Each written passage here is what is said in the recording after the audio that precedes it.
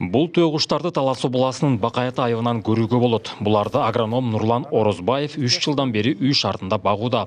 Ар бирин 1 жаш курагында Өзбекстандан 110 000 сомдон алдырган. Андан бери төкуштар жер шартына көнүп ыңгайлашкан. 1 жашка чейин эркек ургачтын айырмалаганга болбойт. Анан 1 жаштан кийин эркектери кара өңдө болот, анан боз өңдө ургачылары калат. Анан 1 эркек, 2 ургачы, 1 үй бүлө болуп эсептелет. Жашын айтсагам 70-80 жашка чыгат экен. Оорубайт экен да бул. 50 градус суук, анан 50 градус ызыкка чыдаган жаныбар экен. Каарманыбыздын үйүндө азыр 9 төөгүш бар. Аталган канаттуулар чоң болгону менен жемди деле анчалык көп керектебейт. Негизинен малга берген чөп деле жейт. Рацион ушундай, основной чөп, анан 2 күндө bir жем беребиз, 1-2 килограмм жем жейт бирөө.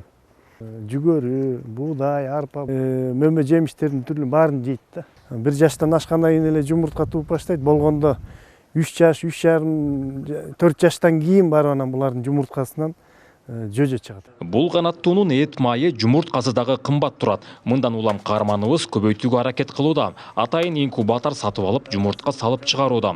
Айтымында бир төкуш абар айына жараша 30 жумуртка туйт. Андан 45 күн ичинде балапан чыгат, бирок улам байкоо салып туруш керек. Эгерде ичинде жөжө жарып чыга албай турган болуп калса, ошо 45-күнү отёртка же салмактуу бир темир менен жарып көрөбүз. Калыңдыгы мынакей 1 сантиметрге чейин болот.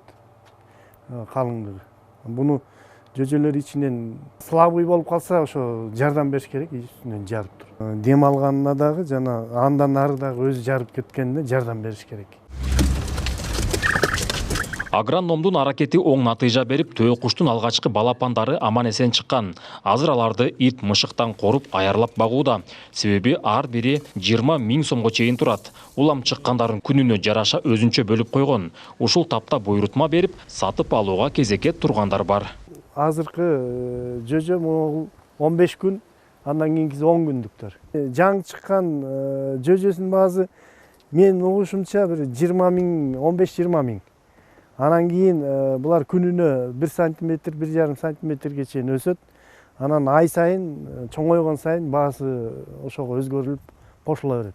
Төкуштарды көбөйтүп Талас элине жайылтууну максат кылган каарманыбыз Бакайата райондук айыл чарба башкармалыгында иштейт. Бүгүнкү күндө облуска жаңылык киргизип, адис катары өзүнүн тажрыйбасын элге жашырбай бөлүшүүдө.